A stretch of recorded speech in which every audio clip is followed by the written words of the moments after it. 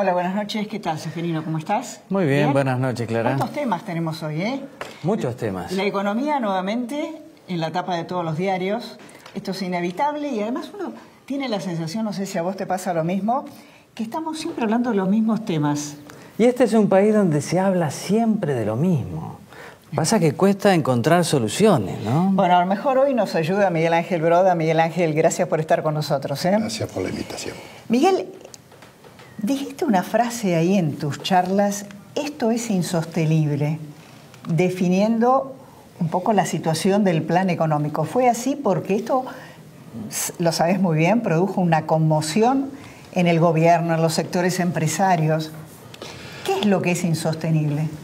Mira, lo que es insostenible en el mediano y largo plazo es esta combinación macroeconómica que ha elegido el presidente, de una política fiscal expansiva financiada con endeudamiento externo y una política monetaria de metas de inflación, donde el Banco Central fija la tasa de interés, pero la cantidad de dinero la determina el mercado.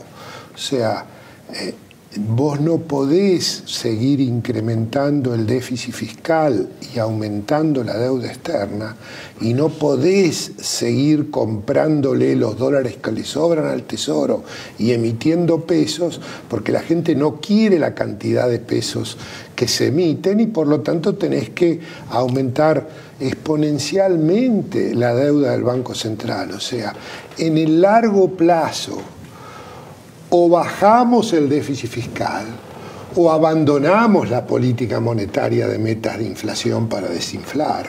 Cada uno tiene su predilección. Yo creo que sucedido eso hay que abandonar el déficit fiscal creciente, hay que aferrarse a la política inflacionaria, pero es muy simple. Pero cuando usted... No podés...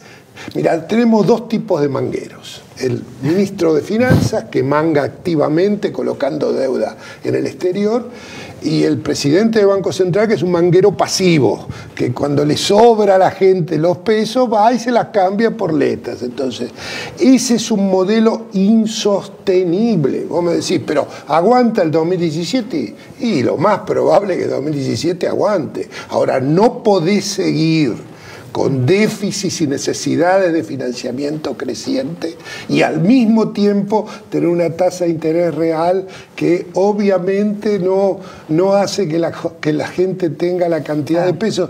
Mira, cuando uno sube al taxi siempre le pregunta de comprar dólares. Bueno, sí. Ahora te preguntan, ¿le va con dólares, jefe? Bueno, y eso básicamente implica de que hay mucha gente que antes ahorraba en plazo fijo y que ahora ahorra en LEVAC. O sea, es absolutamente, es dinámicamente inestable un modelo que tenga estas características. Esto no quiere decir que va a explotar este año, pero algunas de las dos van a tener que ceder. Pero, y entonces, ahora conviene más lo financiero, no invertir para producir. Mire, Argentina necesita bajar la tasa de inflación para ser un país normal y tener las cosas que afectan la tasa de crecimiento de largo plazo. Obviamente, en el corto plazo, este afán de financiar, de tener un agujero fiscal que necesita ser financiado por el único lugar que hay suficientes recursos, que es el sistema financiero internacional que está de fiesta, implica de que la tendencia a valorizar el peso es importante. Así que en el corto plazo probablemente haya más estímulo para el LEVAC que para los dólares y obviamente a esta tasa de interés real hay un costo en términos de actividad, por eso vamos a tener probablemente el ciclo expansivo que ya se ha iniciado de recuperación bastante amarrete, o sea, cuando usted simula el comportamiento de las variables, hasta ahí, con poca probabilidad, pero hay casos que a lo mejor la economía se queda estancada. Y nuestro pronóstico es que va a crecer menos que el consenso, que ya es bastante menor de lo que piensa el gobierno. Miguel Ángel, ¿cuál es tu opinión sobre el esquema de decisiones económicas que tiene este gobierno, en el sentido de que no hay un ministro como tal cual venimos en los últimos años. ¿Quién es ese superministro? ¿Es Sturzenegger? Sí, ¿cómo ves el rol de Sturzenegger hoy, que da la sensación que incluso abre alguna grieta dentro del gobierno? No, mirá, el ministro de Economía es el presidente por decisión propia. ¿Y es bueno eso? Macri. Obviamente. Mirá, la complejidad de la situación argentina. Argentina tiene 4 condiciones que hacen muy difícil la política económica. Vos recibiste una herencia con un desorden macroeconómico de una magnitud que se cometió el error de no explicitarlo. Es un error político, digamos. Tenés una economía que hace 6 años estancada, que ha caído 5% del PBI per cápita en los últimos 6 años. Tenés una alta inflación y si éramos pocos, tenés elecciones que siempre hacen más difícil la política económica. Este si uno lo asimila a un cuerpo humano, es un enfermo que requiere una junta médica de mucho prestigio y de mucha sabiduría. O sea, el presidente también tiene sus razones. O sea, lamentablemente el presidente no quiere un ministro de Economía por la experiencia de Cavallo, de Lavagna. Pero si había un momento donde hacía de ser un equipo robusto que tuviera y coordinara por las dificultades, era esta. Ahora, Broda, usted... Pienso en Sturzenegger. Sturzenegger, mire, Sturzenegger y el equipo del Central, sin duda, es lo mejor que tiene Argentina.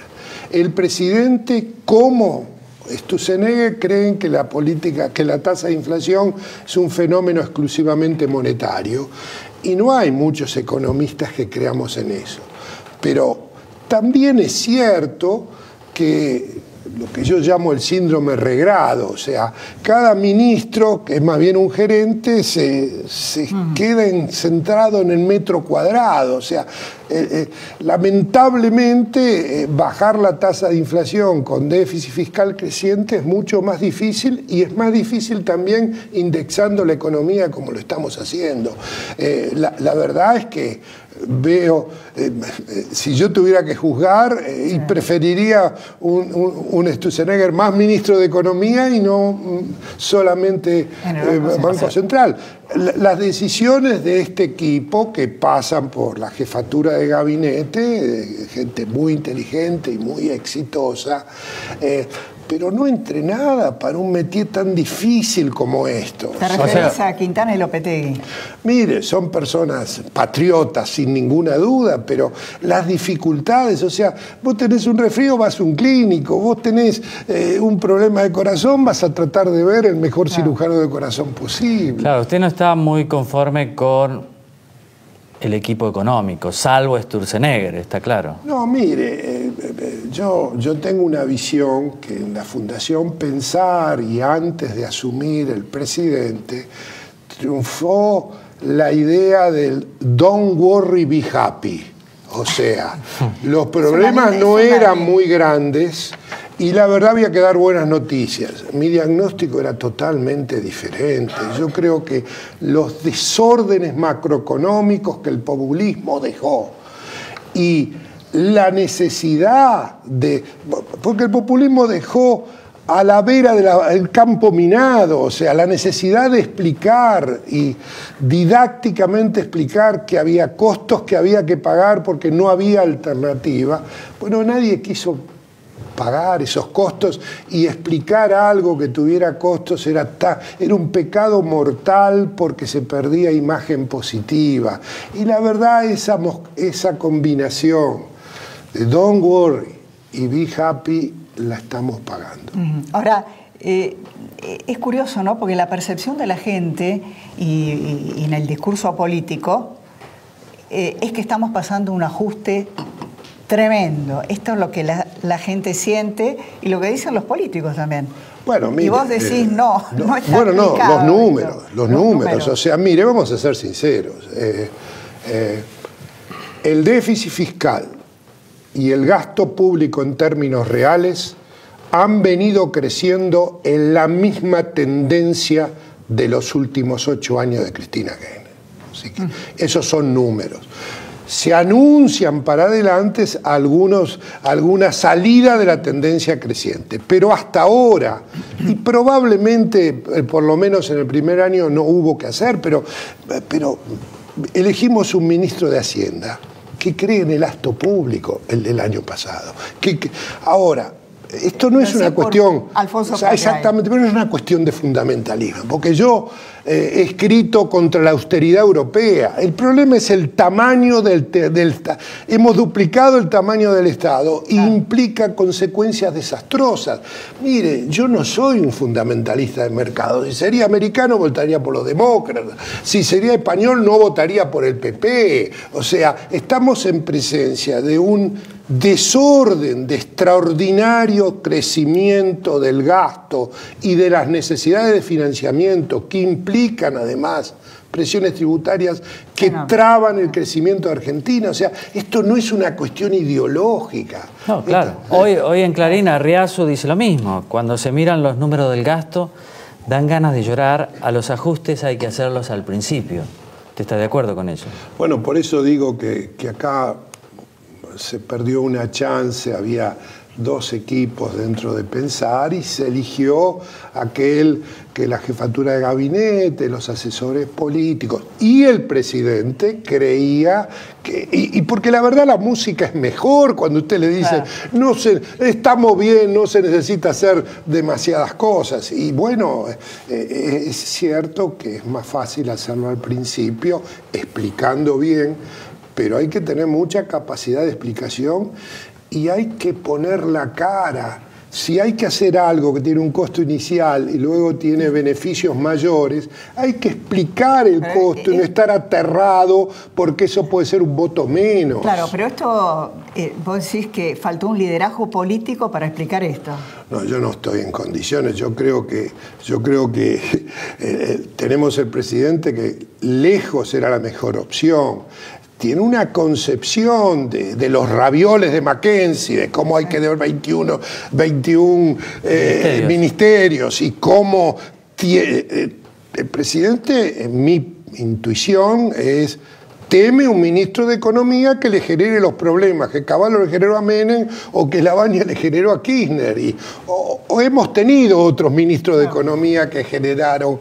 Pero la necesidad por cómo estaba la economía argentina y probablemente no fue la mejor. O sea, hasta octubre esto aguanta, sin problemas, el crecimiento va a ser menor de lo que prevé el gobierno, pero el año que viene, usted dice, habrá que ajustar. Mire, probablemente el crecimiento sea menor, yo creo que la tasa de inflación a partir de junio va a bajar. Argentina necesita un plan integral de crecimiento y de estabilidad. Argentina necesita estimular que la gente trabaje, luchar contra el ausentismo, incrementar la inversión, aumentar la productividad, mejorar la calidad de la mano de obra, reentrenar a la gente. O sea, todas las cosas que hicieron los países, que eran países fallidos, y que cambiaron su historia. Argentina tiene 70 años de decadencia, crece menos que cualquier otro país del mundo. O sea, es absolutamente injusto e ingrato que sigamos en decadencia. Creo que hay en la intuición del presidente una visión de cuáles son las cosas que hay que cambiar para elevar el PBI per cápita de Argentina. Ahora, si lo va a hacer o no va a hacer dependerá de las elecciones. A todos los economistas le preguntan lo mismo. ¿Puedo esperar hasta el 23 de octubre? Y uno mira para otro lado y la verdad le dice sí. ¿Está convencido? No lo sé. Ahora, ¿cómo ves el rol de los empresarios frente a esto que estás describiendo? Clara. Porque la relación no es demasiado buena, no es... Bueno, pero Clara, mira, si un país tiene que salir de la decadencia, tiene que cambiar la forma de ganar la guita. O sea, no se puede hacer tortillas sin romper huevos. O sea, se pisan muchos callos. O por la apertura, por la estabilidad, o por todas las condiciones que hacen para crecer. Aquella sociedad y los empresarios acostumbrados a otro régimen claramente están desconformes. Y del lado del presidente también está desconforme con la actitud de los empresarios. Pero la verdad, se necesitan estadistas que pisen callos y que rompan huevos. ¿Habrá? No lo sé, ojalá que sí. Hay mucho asesor de imagen, mucho Durán Barba y poco liderazgo, ¿no? Mire, Durán Barba ha mostrado ser eficiente para ganar elecciones, pero yo no lo conozco, Durán Barba, pero no creo que él se autodenomine capaz de hacer la política económica o la política. Pero vio cómo son los asesores, después quieren hacer todo, ¿no? Bueno, no lo sé, no me consta. Ahora tenemos algunos asesores súper ricos que están presos en otros lados del mundo. Bueno, Miguel Ángel, si tuvieras un diálogo, ¿no? Si en lugar de Ceferino yo estuviera acá, Mauricio Macri te invitara después de ver este reportaje, ¿qué es lo primero que le dirías? Que se olvide de las políticas de estimular el gasto, aumentando el déficit fiscal, creando bancos públicos que den subsidios, tratando de evitar del caso por caso que dan exenciones impositivas, cierran la economía. Hoy está metido como la nova matriz de Manteiga, que le costó el gobierno a Dilma. ¿Okay? O sea, que piense del lado de la oferta. Que mire los países exitosos que cambiaron, Chile, Australia, Nueva Zelanda, con maneras diferentes Polonia. Esos países hicieron una serie de reformas estructurales que hicieron a la gente invertir más, aumentar la productividad, competir. En todos, la estabilidad macro y la apertura económica es crucial para estimular la productividad. O sea, le diría, salga de la urgencia del 22 de octubre y piense que probablemente en las próximas 2 décadas dejemos de ser un país en decadencia, para lo cual hay que mirar la oferta, las cosas del lado de la producción. Miguel Ángel Broda, muchísimas gracias. Gracias por estar con nosotros. Seguimos con nuestra sección Insight y no se pierda el testimonio de Carolina Píparo.